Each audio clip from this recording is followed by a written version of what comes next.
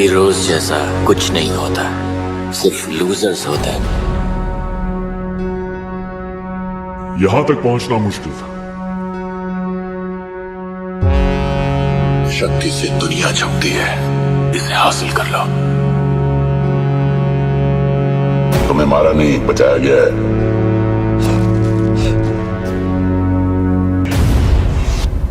कृष को कैसे मिलेंगी शक्तियां? कौन है जीवन और संजीव? काल विनाश कैसे आएंगे वापस? मुंबई शहर में जब हिंसा का माहौल फैल रहा था, तब मुंबई शहर को उस विकट घड़ी में एक उम्मीद की किरण नजर आई। वो उम्मीद की किरण कोई और नहीं, हमारी कहानी का सुपर हीरो कृष था, जिसका नाम जीवन रखा गया था। जीवन का एक नए प्लैनेट पर आगमन हुआ है, जहां उसे नहीं पता कि उसके पास पावर है। 20 दिन पहले जीवन त्रिवेदी एक ब्राह्मण परिवार से है। वो पटना के पास एक छोटे से गांव का रहने वाला है। जीवन की माँ का नाम कमला देवी और उसके पिता का नाम वेद प्रकाश है। पिता की शक्ल हूबहू बेटे से मिलती हुई है। उनके परिवार में सिर्फ 3 ही लोग हैं। उसके गांव में उसकी आर्थिक स्थिति अच्छी नहीं थी, इसलिए वो काम करने के लिए मुंबई शहर आया था। मुंबई में जीवन के मामा रहते थे, वो उन्हीं के पास आया था। उसके मामा ने आने के एक दिन बाद ही अपनी कपड़े की दुकान पर नौकरी पर उसे रख लिया था। इसके बाद 2 दिन बीत गए। जीवन बहुत होशियार होता है, वो कोई भी काम बहुत जल्दी सीखता है, इसलिए उसको अपने मामा की दुकान का काम सीखने में बस 2 दिन ही लगे। उसी दिन रात को पूर्णिमा की रात थी। जीवन चांद की रोशनी में छत पर लेटा हुआ तारों को देख रहा होता है कि तभी उसको किसी के चिल्लाने की आवाज आती है। जीवन वहां पर पहुंच जाता है जहां से आवाज आई थी। वो देखता है कि एक बूढ़ा आदमी जमीन पर गिरा हुआ था और 4-5 काले रंग के कपड़े पहने हुए आदमी उसको मार रहे थे। तभी जीवन वहां पर आ जाता है और उन सभी को बहुत पीटता है। वो अपने गांव में पहलवानी का विजेता भी था। उसके जाने के बाद वो बूढ़ा आदमी उसको एक बैग देता है और कहता है कि इसका ख्याल रखना। वो बूढ़ा आदमी फिल्म ब्रह्मास्त्र से शाहरुख खान होगा, जिनका कैमियो कृष 4 में दिख सकता है। ये कैमियो मुश्किल से 5 मिनट का होगा, लेकिन काफी अहम होगा। फिर वो वहीं पर अपने प्राण त्याग देता है, क्योंकि जीवन के पहुंचने से पहले वो सभी उस बूढ़े आदमी को बहुत मारते हैं। कुछ देर बाद कुछ लोग वहां पर आते हैं और उस बूढ़े आदमी को मरा हुआ देखकर बहुत उदास हो जाते हैं। वो जीवन के हाथ में वो बैग देखते हैं और कहते हैं कि ये तुम्हारे पास कैसे आया? वो बोलता है कि ये बाबा मरने से पहले ये मुझे देकर कहा कि इसकी रक्षा करना। जीवन पूछता है, कौन थे ये बाबा और वो लोग कौन थे जिन्होंने बाबा पर हमला किया था, और आप लोग कौन हो? मुझे क्या कोई बताएगा? तब उसमें से एक बोलता है, जिसका नाम संजीव होता है। संजीव हूबहू जीवन की तरह दिखता है। जीवन संजीव को देखकर चौंक जाता है। तब संजीव बोलता है, हमारी शक्ल जैसे अभी 5 और शख्स इस प्लैनेट पर हैं। संजीव कहता है कि हम सब अच्छाई के रक्षक हैं और हमारी संस्था का नाम है प्रलय। हमारा काम है बुराई को रोककर अच्छाई को स्थापित करना। ये बाबा भी हमारे ही साथी थे। उनके पास एक ऐसी शक्ति का स्रोत है जिससे कोई आम आदमी भी असीमित शक्तियों का मालिक बन सकता है, लेकिन उन शक्तियों का इस्तेमाल वही कर सकता है जिनको वो शक्तियां खुद चुनेगी। और रही बात उन लोगों की, वो लोग बुराई के बाशिंदे थे। उनका काम यहाँ पर बुराई को फैलाने का है। उन लोगों का मुखिया भी उस शक्ति के पीछे है, जिसका नाम काल विनाश है। ये दोनों जुड़वा भाई है, जिसमें आपको विवेक और बुराई फिर से दिखेंगे। इसलिए उस शक्ति को बुराई से बचाने के लिए बाबा ने अपनी जान दे दी। बाबा ने बैग जिसमें वो शक्ति का स्रोत है तुमको दिया है। इसका मतलब तुम ही उसके हकदार हो। अब वो जीवन को अपने साथ अपने हेडक्वार्टर्स पर ले जाते हैं। उस जगह पर सब कुछ बहुत ही हाईटेक और एडवांस था। अब संजीव कहता है कि तुम इस बैग को खोलो। वो उस बैग को खोलता है। उस बैग के अंदर से उसको एक चमकता हुआ दिखाई देता है। इस बैग में मौजूद कॉस्ट्यूम कोई आम कॉस्ट्यूम नहीं था। ये कॉस्ट्यूम ब्लू और रेड कलर का था, जिस पर कुछ गोल्डन कलर के स्टार भी लगे थे।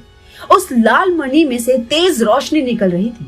जीवन का चेहरा भी मास्क से पूरा ढक गया था। जीवन को अपने शरीर में बहुत शक्ति महसूस हो रही थी। जीवन को मालूम नहीं था कि उस कॉस्ट्यूम में कौन सी शक्ति है और इसका इस्तेमाल कैसे किया जाता है।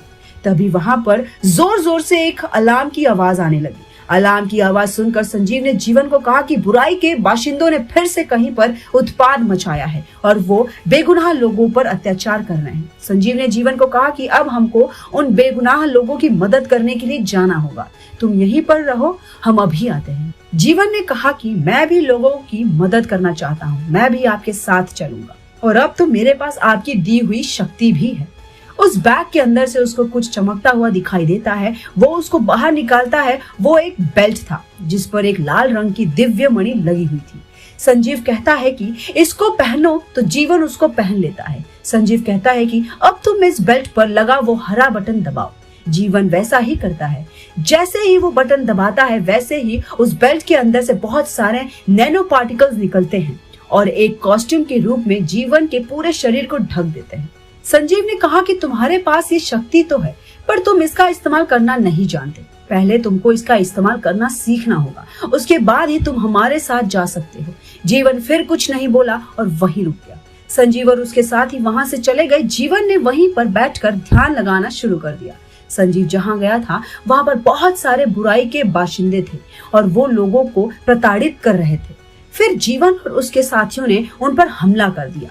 संजीव के पास भी कुछ शक्तियां थी जिनकी मदद से वो उन बुराई के बाशिंदों को हरा पा रहा था, लेकिन उनके साथ बुराई का एक बड़ा सिपाही जिसका नाम कपूरा था वो भी आया था। उसके पास एक शीशा था। जो भी उस शीशे में देखता था वो उसे शीशे में कैद हो जाता था। उसने अच्छाई के कई रखवालों को उस शीशे में कैद कर लिया था। संजीव भी उसको रोकने के लिए जाने वाला था, तभी संजीव के साथ में उसका एक साथी था जिसका नाम मनु था। उसने संजीव को कहा कि मैंने कपूरा का दिमाग पढ़ा है, जो भी उस शीशे को देखेगा वो उसमें कैद हो जाएगा, इसलिए उस शीशे को मत देखना। संजीव ने पूछा कि उसको कैसे रोके। मनु उसको बताने वाला ही होता है कि तभी कपूरा उनके सामने आ जाता है और वो संजीव को उस आईने में कैद कर देता है। मनु वहां से थोड़ा दूर जाकर छुप जाता है। कुछ देर के बाद कपूरा सारे अच्छाई के रखवालों को अपने शीशे में कैद कर लेता है।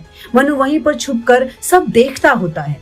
कुछ देर बाद वहां पर जीवन आ जाता है। वो देखता है कि बुराई के बाशिंदों ने अभी तक कई बेगुनाह लोगों को मार दिया है और अच्छाई के रखवाले भी कहीं भी दिख नहीं रहे थे। तभी मनु भी सामने आ जाता है और जीवन को कहता है कि कपूरा ने सभी रखवालों को अपने शीशे में कैद कर लिया है। जो भी उसके शीशे में देखता है वो उसमें कैद हो जाता है। संजीव भी उसी में कैद है। जीवन उसको कहता है कि क्या उन सबको बाहर निकाल सकते हैं, उसका कोई रास्ता है? तब मनु ने कहा कि हाँ, उनको एक ही तरीके से बाहर निकाला जा सकता है और अगर हम उसका वो शीशा तोड़ दे तो सब अपने आप बाहर आ जाएंगे। लेकिन उसको तोड़ना भी आसान नहीं है। वो शीशा एक ऐसे तत्व से बना है जिसको तोड़ने के लिए उस पर बहुत ही फोर्स से वार करना होगा। ये सुनकर जीवन बहुत तेजी से आता है और अपने मन की आंखों से उस पर वार करता है।